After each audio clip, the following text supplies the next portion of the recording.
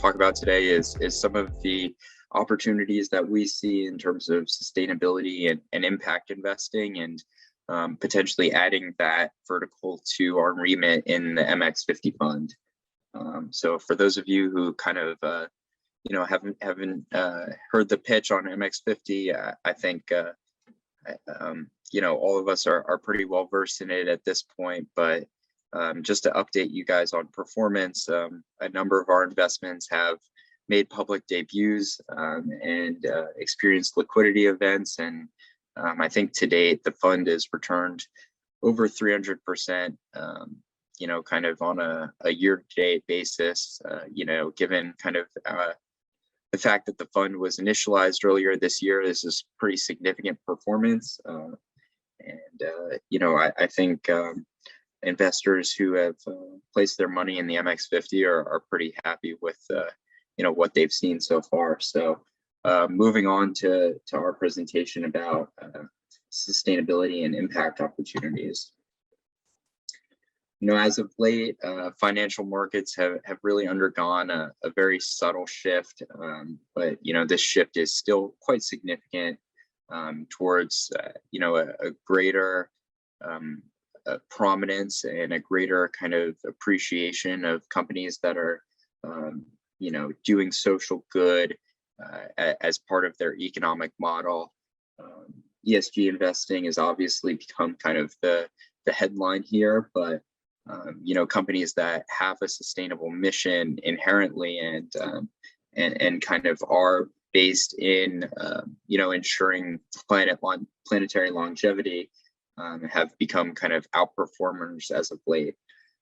So this is obviously a broad vertical, but when we look at some of the companies that have incorporated sustainability versus some of those companies that are inherently sustainable in their mission, we see outperformance compared to the broader market. And these include food innovation and agricultural tech companies, and energy efficiency and battery technology companies as well. So in essence, kind of the upshot here is that we're considering adding this kind of vertical to our remit in MX50. In the past year, we've seen public market catalysts really change the return profile for climate-related investments.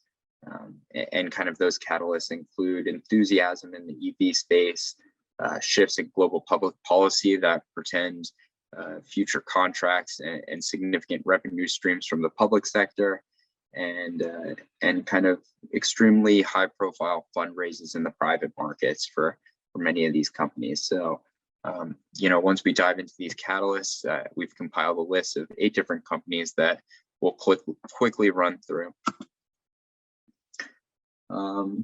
This first catalyst that I'd like to discuss is the public market enthusiasm for EVs. Obviously, Tesla kind of sticks out as an anomaly, but when we look at the return of SPY and the NASDAQ, basically for the past 2 years, what we found is that these EV companies and sustainably focused investments have outperformed them by a magnitude of at least 2 times. Companies like Lucid Motors, which went public via SPAC, and PBW, which is alternative energy ETF, have been kind of outperformers on a risk-adjusted basis.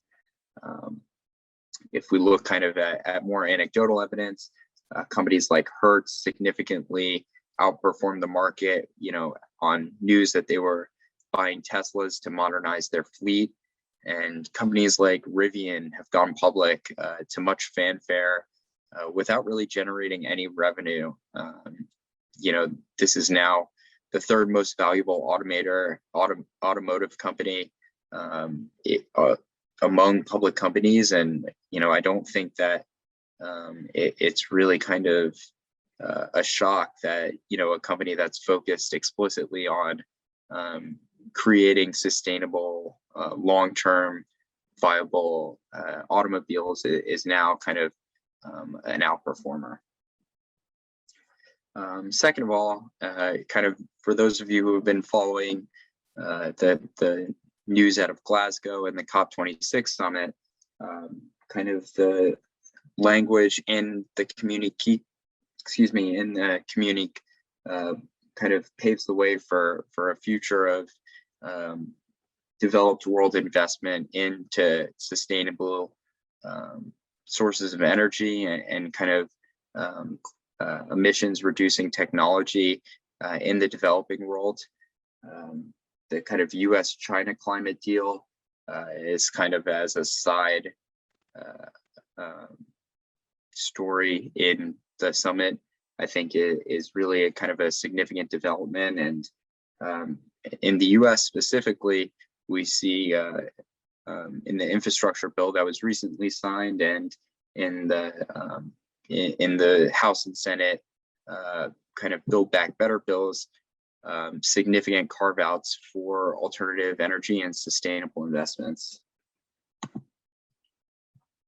And then moving on to the private markets, what we've seen is, more and more deals being done in the clean tech space and to sustainable firms. The number of deals both and kind of the total volumes of funds into those companies and kind of recently Helion Energy's $500 million Series E fundraise was kind of a wake-up call to the private markets that there is quite a bit of capital that is flowing into companies that are specifically focused on a sustainable future. And moving on to, I guess, the 8 companies that we've identified as potential recipients of MX50 capital. The first is a company that I've discussed in these webinars in the past, Heart Aerospace. It's a company that has gone through the Y Combinator accelerator program. So, for those of you guys who are regulars here, you know that we do have pretty close relationships with some of the executives at Y Combinator, and that's obviously a source of sourcing for us. And Heart Aerospace is basically, looking at, what are the single largest contributors of individual consumers in developed countries to total emissions, and found that aviation is really kind of makes up a really significant chunk of our individual contributions to climate change, even though aviation is really only somewhere between 2 to 5% of total greenhouse gas emissions. Electrification of these regional jets that really make hundreds of trips every day on routes that are, less than 200 miles are pretty significant generators of fuel emissions, just based on kind of the makeup of these jets from a mechanical basis. So Heart has successfully built and tested their flagship aircraft and has booked billions of dollars in pre-orders, and kind of that translates to over 200 planes from United Express and an option to purchase an additional 100 planes. So this is a company that has actual pre-orders on their books and is in the process of moving their operations into like an actual manufacturing stage. A second company in a different vertical is Solugen, and they're working on basically making chemical manufacturing significantly less dangerous to the environment. So the company was founded by Dr. Groov Chakrabarty. He's an MD in oncology, and their CTO, Sean Hunt, has a PhD in chemical engineering from MIT.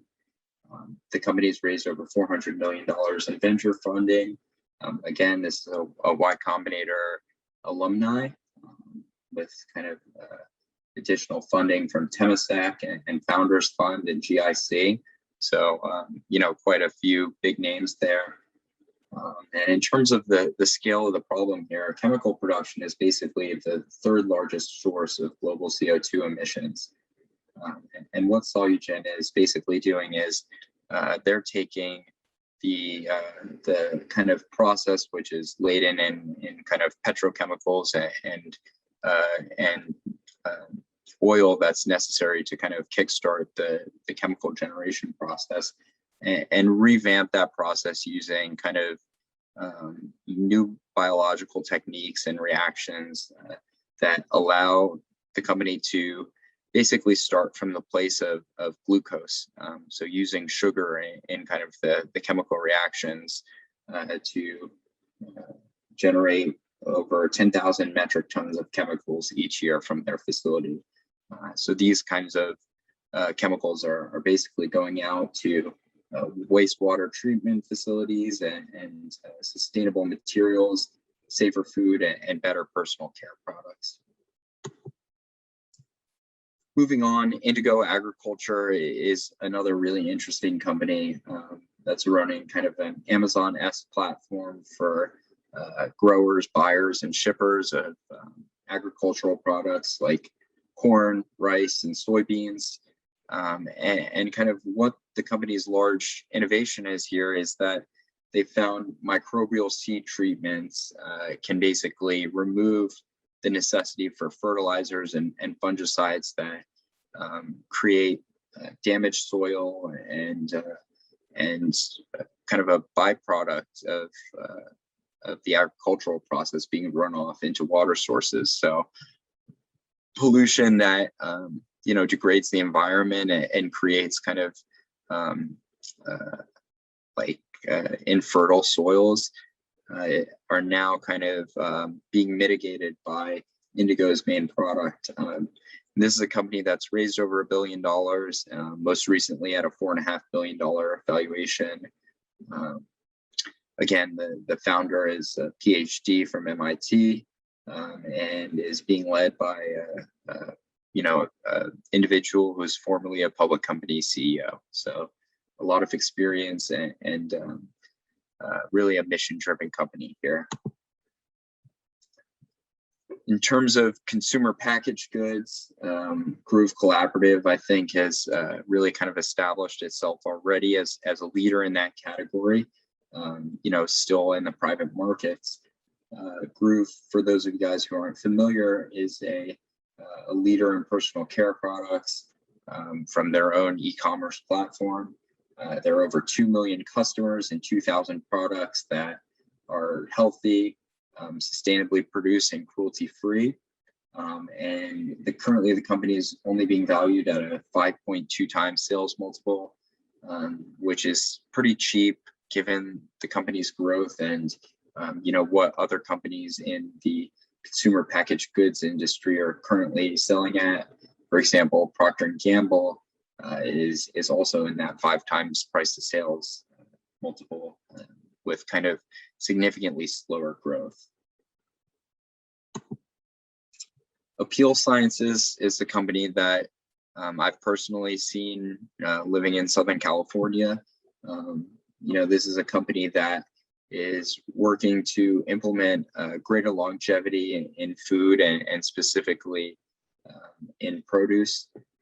So the company's wax seal basically increases the longevity of produce by up to 2 times, which is really significant given that, both from a supply chain perspective as well as kind of a food insecurity perspective, now consumers in the developed world are going to be able to have access to produce that's fresher for longer.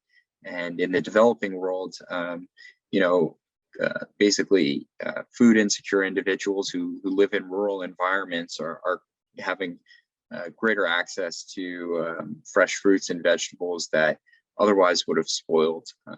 So this is a company that is solving one of the largest problems that has faced humankind basically since our existence, is kind of eliminating malnutrition and famine, all from Santa Barbara, pretty amazingly. So the company raised $250 million in a recent Series E funding, and is backed by Andreessen Horowitz and Temasek, as well as kind of celebrity investors like Oprah Winfrey and Katy Perry.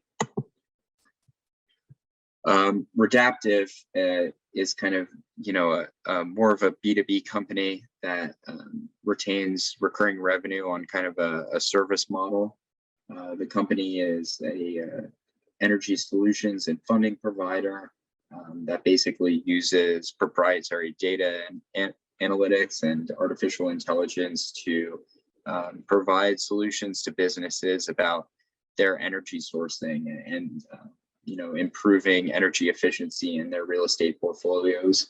The company has worked with kind of a couple of really big names in corporate America, McKesson, in the UK, Bentley, Iron Mountain, and Barry. Basically, the company's driven annual energy savings of up to 7 figures for these really large clients. Kind of from a key metrics perspective, annual bookings are over $100 million a year. So this is a company that's generating, really significant amounts of revenue and growing at a pretty fast pace of almost 2x every year. For those of you guys who do your own shopping, some of you guys may be familiar with Ripple Foods, a dairy-free beverage that has 8 times the protein of almond milk and 50% more calcium. The company was founded by a PhD from UC Berkeley and has received over $250 million in funding from Khosla and GV, Google Ventures. Most recently valued at $700 million in August of this year, so still under that unicorn valuation, but really kind of growing quite fast given the current rate of the alternative dairy industry, growing by over 13% a year, with a pretty significant TAM, and is already being sold in really large-scale retailers like Whole Foods and Target. And finally, Tala is a company that I have kind of always had a soft spot for, given my outside interest in international development and kind of microfinancing in emerging markets. Tala is kind of a platform for individuals in developing countries to access credit. Currently they're operating in Kenya and in Latin America, but kind of expanding globally. And this is kind of a really interesting company started by a former investment banker who, got sick of her job and decided that she really wanted to do some good in the world. So she kind of, utilized her experience in finance and kind of an interest in international development and built this company that is now valued at $800 million. Investors like PayPal Ventures and Clock Tower in LA. So this is a really interesting company that's distributed over $2.5 billion to an really kind of large array of customers in the developing world. So in essence, we think that these companies have really interesting futures in terms of growth prospects and public market enthusiasm over sustainability and clean technology. We think that, in the past, our experience has been that investors tend to like this stuff. Impossible Foods and eJust has been, 2 popular companies among some of our LPs. And our track record has been pretty strong to this date, and we're really interested in kind of expanding our remit into this vertical. So if you guys have any questions about that or any of the companies that I mentioned, please feel free to ask it now, or you can also reach me over LinkedIn, or a lot of you guys have my number as well.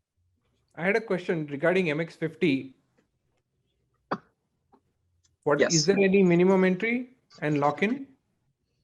Yeah, so the minimum is usually 100K, and our fund is usually 4 years long, and with a +1 option to extend. So usually it's 4 years investing, and then by year 5, year 6, we'll start sending back the returns. Okay, thanks. Also, really, thanks, Jake, for putting together the sustainability play. We've been looking at this space for some time now, and what we are noticing, as Jake mentioned earlier, is that when you invest in impact, you actually does produce higher returns according to statistics. And I'm actually currently in New York City attending a family office event, and we noticed that a lot of our investors and also other family offices are very much interested in sustainability, and the discussion around topics is very lively, anywhere from climate tech to water to, waste management, biodegradable plastics. So we're very excited to start investing with this theme. And if you guys have any questions, feel free to let us know.